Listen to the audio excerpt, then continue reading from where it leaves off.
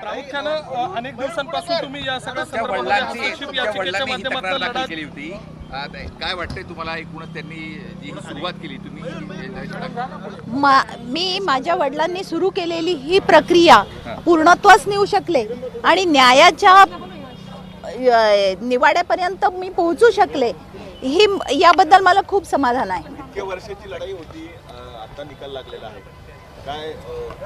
काय प्रतिक्रिया यावेळी जर खरंच स्वतः दिघोळे साहेब असते तर त्यांना खूपच समाधान झालं असतं, पण ठीक आहे, देर आहे दुरुस्त आहे. हा राजकीय आरोप आहे असं कोकणेंकडून याआधी सांगण्यात आलेलं होतं की माझे त्यांचे राजकीय न्यायालयीन प्रक्रियेनंतर शिक्षा झालेल्या असल्यामुळे याला कुठेही राजकीय आरोप असं म्हणू शकत नाही. पूर्ण 30 वर्षांच्या लढाईनंतर हा निर्णय आलेला आहे, तर याला कुठल्याही परिस्थितीत राजकीय आरोप कसं म्हणू शकता तुम्ही? ही पूर्ण प्रक्रिया झाल्यानंतर ही शिक्षा झालेली आहे. दोघांच्याही विरोधात शिक्षेचा निर्णय झालेला आहे. कोकाटे आणि त्यांचे बंधू दोघेही कन्व्हिक्टेड आहेत. दोघांनाही अटक होणार. दोघांनाही.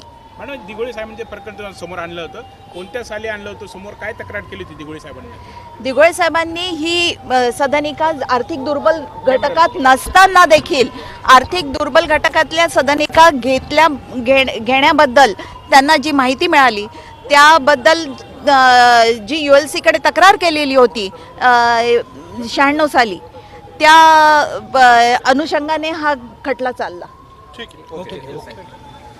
या सर्व याच्यात माझे या पूर्ण कायद्याच्या लढाईमध्ये ज्यांनी मदत केली आहे ते विधिज्ञ ॲडव्होकेट, या सर्व लढाईमध्ये आम्ही फक्त युक्तिवाद करण्यासाठी पुढे होतो, परंतु जी पूर्ण आमची टीम होती त्याच्यात ॲडव्होकेट प्रसाद नागवंशी, नंतर ज्येष्ठ विधिज्ञ अशोकजी आव्हाड यांच्या सर्वांचं योगदान लाभले. त्यांचं मी मनस्वी अभिनंदन आणि ॲडव्होकेट अपर्णा या सर्वांचं मी आभार मानतो आणि आपल्या सर्वांचा आभार मानतो की आपण अतिशय संयमाने हे सर्व कव्हर केलं आहे. थँक्यू.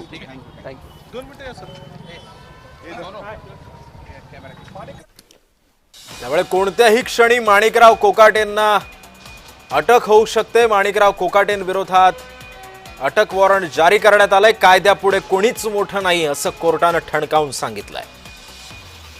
कोणत्याही क्षणी माणिकरावांना अटक होऊ शकते. त्यामुळे आता या सगळ्या पार्श्वभूमीवरती आता न्यायालयाचं सुद्धा स्वागत केलेलं आहे. कायद्यापुढे कोणीच मोठं नाही असं कोर्टानं सांगितलं. माणिकराव